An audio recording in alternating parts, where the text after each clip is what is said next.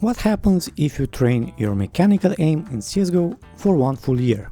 Well, I'm in my 8th month of daily training, and by the end of this video I will show you some cool frags, but first some context. In 3 years of owning CSGO, I played it for just 180 hours. This alone tells you a lot. My daily routine is not necessarily aimed at getting better faster, but more about understanding what makes a good training routine good. And this is why this training regime takes me 1 year to complete. I've taken out any advantage, positive or negative, that I could get from different weapons or maps by using the same weapon and the same map every day. This way I know for sure that I'm tracking my skills and not the efficiency of switching weapons. For the nerds, there is a spreadsheet with data from each session linked in the description of each of my videos. On my channel you'll find daily videos of my training routine, and these videos aren't meant to be watched, they are just a way that I document my progress. Every 2 months I'll do one of these review videos, and here is where I take a break from training and also take in some feedback from the community. I planned to play a couple of maps with static targets, a map with moving targets, and finish with a deathmatch. The target maps would help me measure the precision of my aim and reaction speed, and the deathmatch would be the bigger challenge and a real world test of my skills. For the first 6 months I stuck with mostly the same routine, but the data told me that I was not improving anymore. To continue for another 6 months in the same style would have been a waste of time, so I allowed myself to change the routine to bring back the challenge. So I replaced 2 target maps with a community server deathmatch, and the Valve DM is now a free-for-all just to increase the challenge and force myself to improve faster. So first comes in the fixed target map. There is not much to be said here other than I've stalled. The best way I can measure progress here is through the number of misses I get from 500 targets. There are better days than others, but on average I would say I get about 25 misses per game. Interesting fact is that by the end of the 2nd month, I started to noticeably improve as my average misses per game started decreasing, but this is not definitive proof. To increase the intensity, at some point I decided to focus more on speed and not so much on precision. Try to hit targets faster and don't worry if I miss a few times. You can see this in my daily training videos as I struggle to keep at most 2 targets on screen at any given time. Eventually I just dropped out of the decision without even noticing, and this might be the reason for the improved scores. This being said, I do feel a lot more comfortable at flicking, I overshoot and stumble less, and this activity is getting more enjoyable. More so when I find myself hitting many targets in a row without a single miss. As I said, I eliminated 2 maps from my routine. The first was similar to the one I've just shown, but had an increased difficulty in the sense that I used smaller targets. I could barely hit 20 targets before failing this round, so it had to go. It might be a good scenario to train an aimbot, but not for me. The second round I removed was the fast aimbots. This was a fun map and its concept is clever. Instead of targets, you play against the same player models you'll find in game. You get accustomed to spotting enemies at different distances, they move around, they use obstacles to hide, they change direction, they use platforms to change height. It looks like a good practice, but it has a big flaw. These bots don't move at all like real players. And I found out that whenever I play against bots, my skills get duller instead of improving. You see, bots are easier to hit and evade from, and getting used to this level of feedback means that in deathmatches against real players, I get my ass handed back. So this map wasn't actually helping and might have done the opposite of what was expected. What the community suggested was to play on community servers, especially headshot only modes. Here I would find very strong players and I would struggle a lot, but this high intensity would eventually pay off. Also fewer cheaters and no Valve bullshit were also expected. So I caved in. In place of 2 target maps, I would play 20 minutes of community server deathmatches. It should have been fine. There are plenty of servers to pick from. You can jump in on a server, do your thing, and then get out. This works for the majority of players, but not for me. Community servers were so annoying because of my restrictions. I would need to play on a server that runs only one map, allows me to constantly use one weapon, and has a consistent scoring system. How many servers that fit these requirements did I find? Technically none, so I picked a few ones that were close enough. The biggest issues were that community servers change maps when not expected, and they also restart in the middle of the round when not expected, which causes scores to be reset. There are many times when I can't find players online, and if I play against bots, well, they are typically weak, and this causes that skill dullness I've mentioned before. So I'll surf between servers trying to find one that accepts guests, has online players, and is running the desired map. And when I find a server to play on, it restarts 18 minutes in my 20 minutes recording session, and I'm forced to play another 20 minutes just to have the scores intact, because remember, I document each day.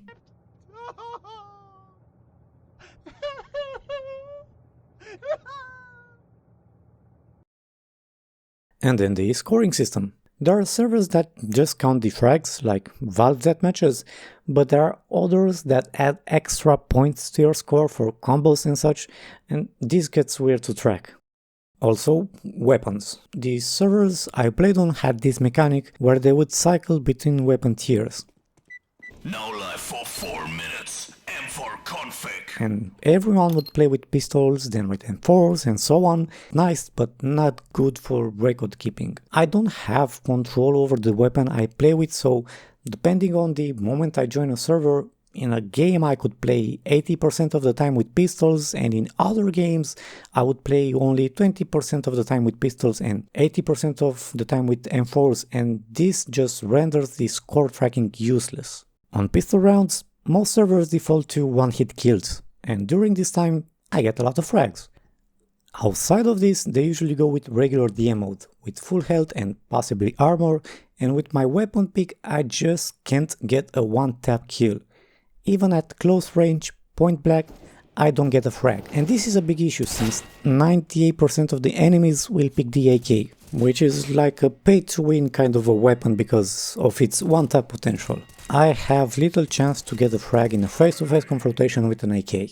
Even if my reflexes are sharp enough and I get the first hit, by the time I land the second, even the third sometimes, the other player has had plenty of time already to react and scratch my head with a bullet and I am dead. To sum it up, the only benefit I got from community servers was playing on the headshot only mode, and the rest of the experience was dreadful. I'm not sure if I want to continue on this path. And honestly, I don't feel there was a great quality difference in player skills either, compared to regular Valve server that is.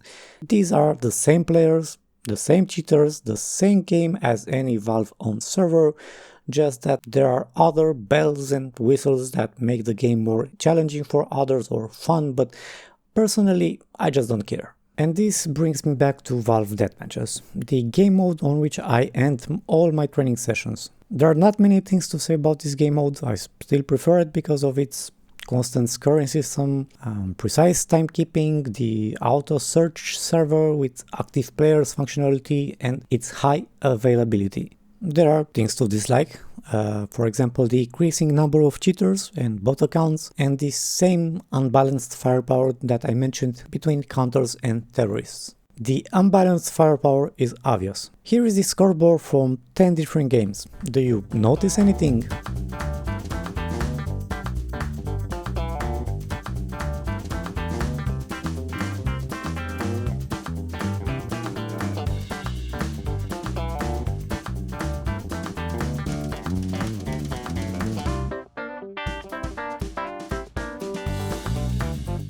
The top players are mostly terrorists, counters are all after. It's hard to make a good score on the C side in this game mode, and there is high chance that any counter that makes it in the top 3 is either a camper or a cheater.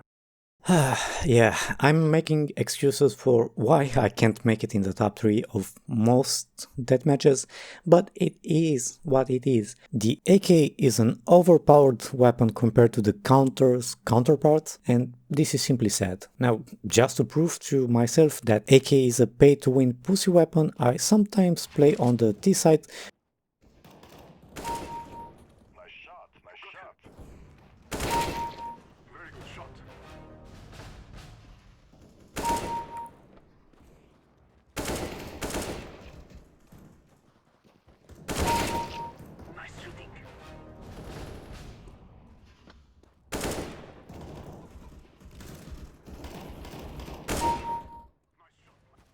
Oh my god, it feels so nice to one tap. But you know what also feels good?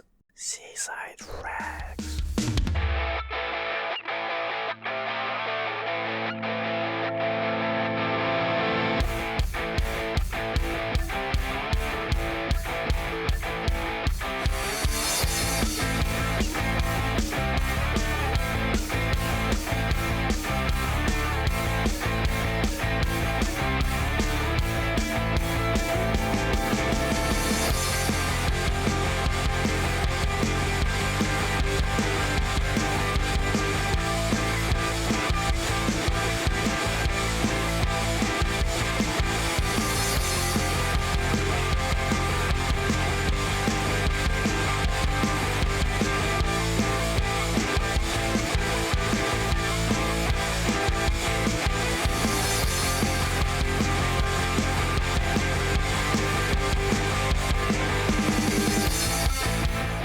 Dominating! Killing spree. Rampage.